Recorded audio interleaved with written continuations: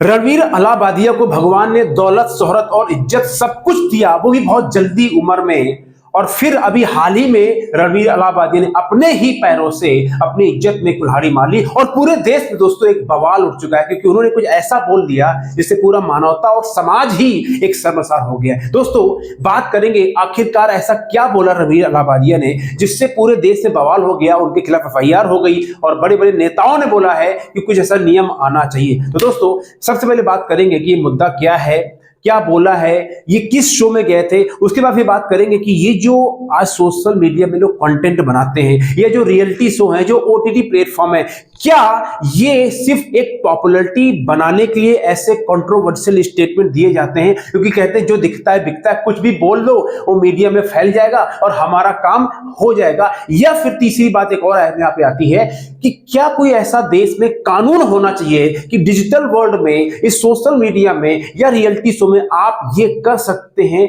ये नहीं कर सकते हैं। ये दोस्तों ऐसे बहुत सारे सवाल हैं जो आपके मन में होंगे और इसीलिए ये वीडियो लेके आऊंगा कि दोस्तों इस वीडियो में मैं वो बात करूंगा जो सही है, आपको सुनने में अच्छा लगे ना लगे, लेकिन बात दोस्तों को डंके की चोट पे जो सही है और जरूरी है। तो अब सवाल ये होता है कि भाई मैं फिर इसके ऊपर वीडियो क्यों बना, क्योंकि आप अगर मेरा YouTube उठा के देखें जाके तो मेरा जो YouTube है वो कंटेंट जो है वो एजुकेशनल है। मैं कभी भी किसी कंट्रोवर्सी में या किसी बंदे, किसी व्यक्ति के ऊपर बात बनाता ही नहीं। अभी पिछले साल विवेक बिंद्रा और संदीप माहेश्वरी की जो आपस में क्लैश हुआ था, लोगों ने बोला सर बनाओ, मैंने वीडियो बनाया ही नहीं। ये क्यों बना रहा हूं, उसका कारण है, इसमें मैं रणवीर अलाहाबादिया के ऊपर नहीं, मैं एक मैसेज, एक सोसाइटी में एक चेंज को लेके बात करना चाहता हूं और मुझे लगता है मेरी जिम्मेदारी है, क्योंकि मैं भी दोस्तों एक सोशल मीडिया कंटेंट क्रिएटर हूं और उसमें मुझे गर्व है और मैं लोगों की जो यहां पर बनाता हूं उससे लोगों को एजुकेट और जागरूक करता हूं। ठीक है, तो दोस्तों बात करते हैं। सबसे पहले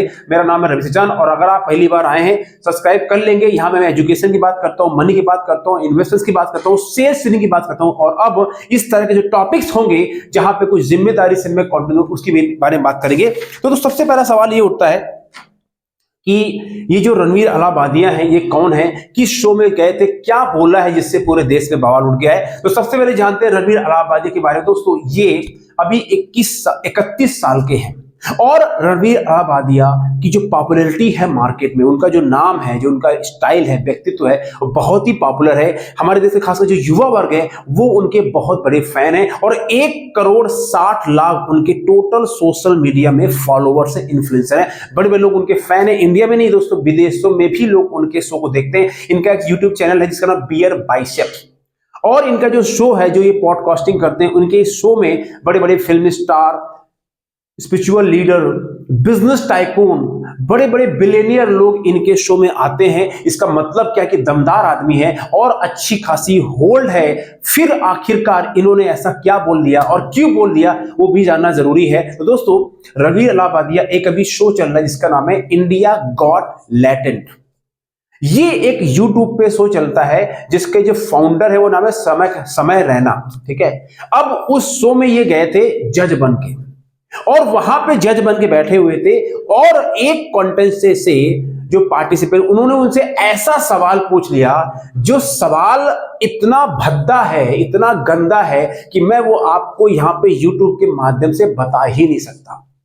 सारी हदें दोस्तों पार कर दी इस सवाल ने, इतना वल्गर है जिसके बारे में आप सोच नहीं सकते। आप जाके पढ़ सकते हैं उन्होंने क्या बोला है। और उसके बाद में पूरा बवाल मच गया और हालत ये हो गई है कि अब वो जो इंडिया गॉट लैटेंट को कोई जानता नहीं था, आज बच्चा जान गया।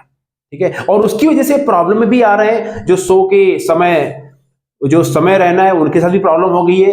रणवीर अलाहाबादिया को तो बहुत सारी प्रॉब्लम्स हो गई है और अभी उसने बोला है समय रहना कि हम इस शो को आगे कैंसिल कर देंगे और जितने इसके वीडियो पड़े वो सारे डिलीट कर देंगे। लेकिन इसी कंट्रोवर्सी में एक बहुत बड़ा लेसन और बहुत बड़ा बदलाव, बहुत बड़ा चेंज निकल के आ रहा है। मैं उसी के बारे में बात करना चाहता हूं। मुझे रणवीर अलाहाबादिया को टारगेट नहीं करना और मुझे ना ही नेगेटिविटी फैलानी है। तो दोस्तों बात करते हैं, सबसे पहले बात करते हैं, जो सवाल उठ रहा है कि क्या रणवीर अलाहाबादिया जैसा बंदा जो कि ऑलरेडी पॉपुलर है मार्केट में, पैसा भी है, उम्र बहुत कम है, ऐसी कोई मारा मारी नहीं है, तो क्या ये जो उन्होंने बोला है इसके पीछे कोई साजिश है, उस शो को हिट कराने वाली बात है या मार्केट में अपने आप को और पॉपुलर करने की भूख है? तो दोस्तों एक बड़ी सिंपल सी बात है, सोशल मीडिया का एक उसूल है, जो दिखता है वो बिकता है। जैसे आपको बता दूं, कोई पिक्चर आती है, अब कोई पिक्चर आती है तो बहुत सारे फिल्म के डायरेक्टर और फिल्म स्टार क्या करते हैं, उस पिक्चर को हाईलाइट करने के लिए कुछ ऐसा बोल देते हैं हमारे समाज में, जिससे कुछ लोग उससे खिलाफ हो जाते हैं और आपस में मीडियाबाजी हो जाती है, तो वो उनका फ्री में मार्केटिंग हो जाती है। तो ये जो अभी हुआ है इंडिया गॉट टैलेंट शो के साथ में, ये इसको बोलते हैं फ्री की पॉपुलैरिटी, फ्री की मार्केटिंग हुई। तो हो सकता है इसके पीछे कोई उनका इंटेंशन हो, मुझे नहीं पता है, लेकिन मैं एक जनरल बात करूं। अब सवाल एक और उठता है कि अगर इंटेंशन नहीं भी है उस शो को पॉपुलर कराने के लिए, तो फिर क्या कोई भी आदमी सोशल मीडिया में या ओटीटी प्लेटफॉर्म में या रियलिटी शो में या यूट्यूब के माध्यम से क्या कोई कुछ भी बोल सकता है? क्या कोई नियम कायदा नहीं है क्या कि भाई जो मर्जी आए मुंह उठाओ और बोल दो? इससे क्या होगा समाज का, क्या होगा यंग जनरेशन का, क्या होगा बच्चों का? मतलब जो मर्जी कोई बोलता रहेगा और हम चुपचाप सुनते रहेंगे और हम देखते रहेंगे, इनके देखो यार कितने अच्छे, इनके इतने फॉलोअर्स है, तो यार ये तो अच्छे होंगे। इसी को बोलते हैं नजरें धोखा खा जाती है। तो दोस्तों यहां पे दो सवाल उठते हैं कि क्या ये जो एक्शन है इसके पीछे कोई साजिश है, या फिर कोई ऐसा नियम क्यों नहीं है कि भैया इस रियलिटी शो में आप ये नहीं कर सकते, और अगर ऐसा किया तो चालान कर दिया जाएगा, शो बंद कर दिया जाएगा और करोड़ों रुपए की पेनल्टी लगा दी। लेकिन ऐसा दोस्तों अभी तक हमारे देश में कोई नियम है नहीं। अब बात करते हैं कि इसका जो मैसेज है, इसके पीछे जो एक बदलाव निकल के आ रहा है, मेरा इस वीडियो बनाने का मकसद ही यही है। वो क्या है उसके बारे में बात करते हैं। लेकिन जब से ये हुआ बवाल, उसके बाद में बहुत तरह की प्रॉब्लम हो रही है। रणवीर अलाहाबादी के खिलाफ मुंबई पुलिस ने, साइबर क्राइम ने केस दर्ज कर लिया है। उनको थाने बुलाया था लेकिन वो गए नहीं, और मैं समझ सकता हूं उनकी प्रॉब्लम। वो कह रहे हैं मैं मीडिया फेस नहीं करना चाहता हूं। बिल्कुल ठीक बात है दोस्तों, आखिर हम सारे इंसान हैं और इतना ज्यादा समाज का दबाव प्रेशर है कि कोई भी इंसान उसको हैंडल नहीं कर सकता है। तो एक मेरी आपसे रिक्वेस्ट एक और है कि बहुत ज्यादा नेगेटिविटी और बहुत ज्यादा नेगेटिव कमेंट से बचें, राइट? इसमें हमें पॉजिटिव लेसन क्या लेना चाहिए उसकी बात करते हैं। और दूसरा जो समय रहना है, जो शो के फाउंडर हैं वो अभी विदेश में है, उनके खिलाफ भी एफआईआर हो गई है, उनको भी थाने बुलाया गया है। उन्होंने क्लैरिफाई किया कि मुझे समय दीजिए, मैं आके बात करता हूं। ऐसे असम के अंदर भी किसी ने एफआईआर करी है और पूरे देश में, यहां तक कि जो शिवसेना के सांसद हैं उन्होंने पार्लियामेंट में मुद्दा उठा दिया कि अब हमारे देश में social media, digital world, OTT और रियलिटी शो को रेगुलेट करना चाहिए। हालांकि सरकार इसके ऊपर काम कर रही है, इंफॉर्मेशन जो टेक्नोलॉजी का हमारी एक मंत्रालय है उसके ऊपर एक चर्चा चल रही है, लेकिन अभी तक दोस्तों उसके ऊपर कोई डिसीजन नहीं होता। अब वही बात करते हैं कि इस घटना के बाद में क्या हो सकता है उसकी बात। तो सबसे पहले क्या होना चाहिए दोस्तों कि हमारे देश में जो ये डिजिटल वर्ल्ड है, देखिए आज की डेट में सोशल मीडिया हिंदुस्तानी पूरे वर्ल्ड को कैप्चर करके रखा हुआ है, और हर आदमी इंडिया में खासकर यूट्यूब, ऑन एन एवरेज आदमी 90 मिनट यूट्यूब में लगाता ही लगाता है। अरे बड़ों की बात तो छोड़ो, जो छोटे बच्चे हैं ना आजकल बिना यूट्यूब के खाना नहीं खाते। अब जब छोटे बच्चे ये YouTube पे वीडियो देख के बड़े हो रहे हैं, उसमें अगर गंदा बेकार कंटेंट होगा, गंदी गंदी बातें होंगी, गंदे गंदे सीन बच्चे देखेंगे, तो उनके दिमाग में क्या जा रहा है दोस्तों? एक साइकोलॉजी नहीं है, रिसर्च है। 6 साल तक के जो बच्चे का जो सबकॉन्शियस माइंड डेवलप होता है, वही सबकॉन्शियस माइंड उसकी पूरी जिंदगी उसके साथ चलता है। और अगर ये ऐसे कंटेंट बनते रहेंगे, इस तरह के फूहड़ वल्गर गंदे कमेंट्स लोग करते रहेंगे सोशल मीडिया में, और वो लोग जो जिनके इतने सारे फॉलोअर्स हैं, तो भगवद गीता भगवान ने एक श्लोक बोला है, मुझे श्लोक याद नहीं, उन्होंने कहा है कि जैसा श्रेष्ठ व्यक्ति आचरण करता है समाज में, जैसा श्रेष्ठ व्यक्ति आचरण करता है, वैसा ही आचरण लोग उसको देख के करते हैं। भाई एक आदमी बड़ा सफल है, पैसे वाला आदमी है, उसने बोल दिया भाई कोई गलत काम उसने बोल दिया, ये मैं करता हूं, तो लोग उसके देख ही देख करना शुरू कर दें। आपको याद होगा हम लोग जब पहले बच्चों ने पिक्चर देखते थे, तो उसमें अगर हीरो सिगरेट पीता था तो हम लोग भी बचपन में सिगरेट पीने का मतलब समझते, लेकिन उसको देख के अरे वो फलाने हीरो सिगरेट पी रहा था। तो ये एक साइकोलॉजी है, और हमारे दिमाग में एक ये हवा बैठा हुआ है कि जो यूट्यूब में आता है, जो टीवी में आता है, जो मीडिया वाले हैं, ये जो पर्सनालिटी वाले हैं, ये हमेशा सही होते हैं और यही सब कुछ है। ये जो हुआ है ना कि मीडिया जो है वही राजा है, ये गलत है।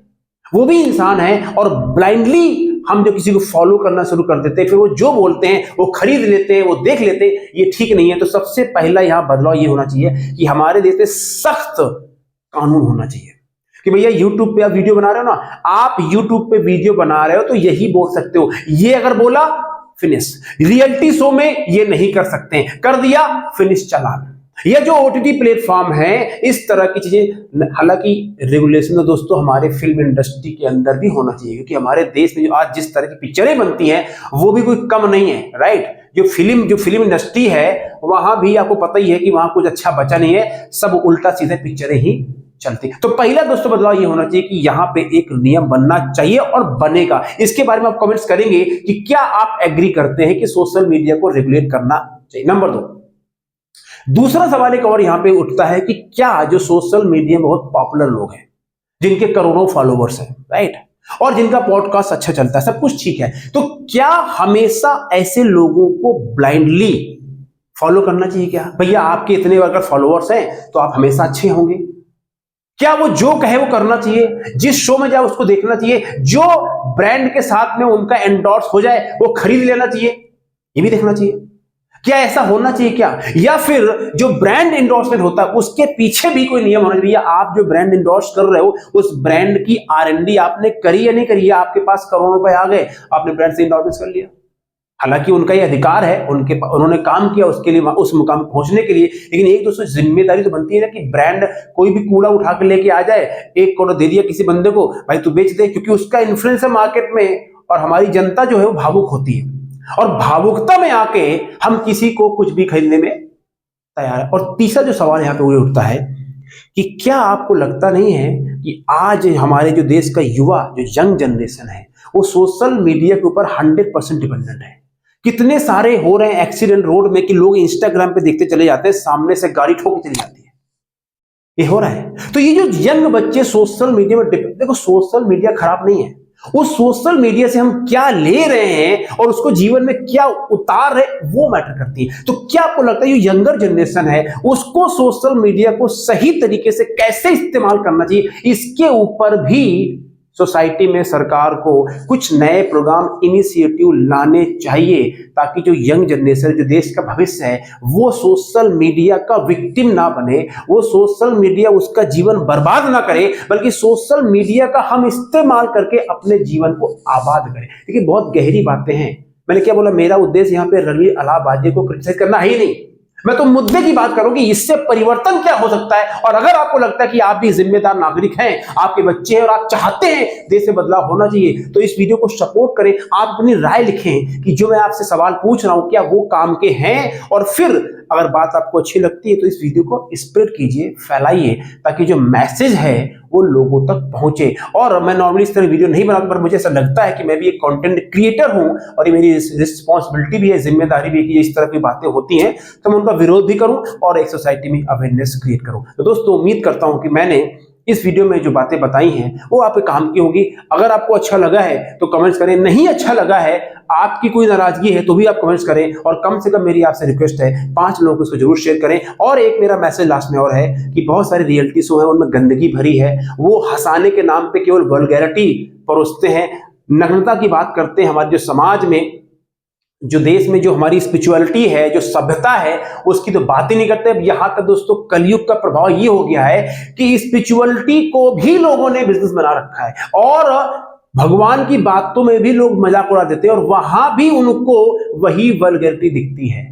तो दोस्तों इसमें कुछ तो असर कलयुग का ही है, लेकिन हम कलयुग को ब्लेम नहीं कर सकते। हमारी जिम्मेदारी बनती है कि हम भी अपने आप को जागरूक करें, और इस तरह जो बाजार में चीजें चल रही हैं उनको विरोध करें, और ना ही अपने दिमाग को घुसने दें, और ना ही इस तरह के जो कंटेंट है, इस तरह जो शोज है मार्केट में, उनको देखना बंद कर दें। अपने आप ये शो बंद हो जाएंगे और हम एक नए सोसाइटी को, खासकर डिजिटल वर्ल्ड में, उसकी तरफ हम बढ़ पाएंगे। Thank you very much, take care, God bless, awesome.